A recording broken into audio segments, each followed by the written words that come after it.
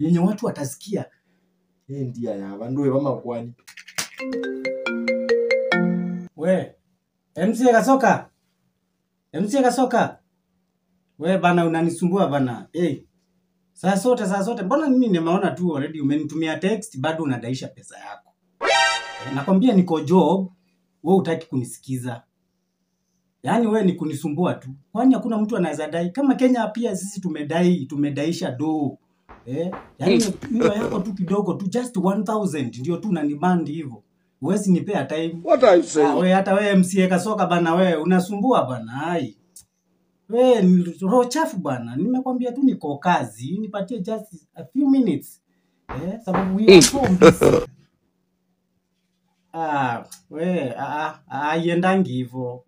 Haiendangi hivyo. Hata kama umenidai aungekuwa unafanya hivyo. Text swi nini uko hivi. Najua nimekudai na najua. Okay. Kaze. Ni chawi. Ana ando mendi atigo. We, shida yako ni moja. Wewe unaonanga hapa ni kama tuko shago. Unaongeleshanga kila mtu Kikamba. Yaani unamuongelesha lugha ya mama. Yaani wewe utawiongea lugha yani ya taifa watu yenye watu watasikia. Ndia ya bandu bama kwani. Wewe nikuulize.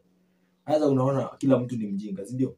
Aje sasa. Unafikiria kila mtu ni fala. Huyu jamaa sasa unamdanganya ati uko kazi. Kwani nani ajui leo ni Labor Day? Kwani kuna connection yoyote ulifanya na MC Kasoka? Kwani unamtetea? You know hata ujui ndeni ilitokana na nini?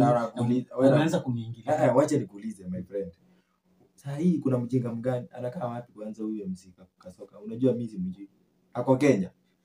Si ako Kenya, anaishi Kenya. Kenya leo. Is a Kenyan citizen. Na Kenya tunafanya nini leo? Leo si ni Labor Day. Leo uko kazi. Leo si uko kazi. Mimi niko kazi. Uko kazi. Sasa yeye ni mjinga ajui leo ni Labor Day. Ama kwani mnafanyanga kazi gani? Angekuwa anashikanisha, already angeniambia kwa simu, angeniambia, "Wewe brother unanidanganya, leo ni Labor Day." Anajifunze kulipa deni. Unajua wewe lipa deni. Wacha kujifanya ati umekasirika kudanganya watu ati uko kazi. Kazi gani? Hapa ni kazi. Acha kuona sisi ni mafala bana.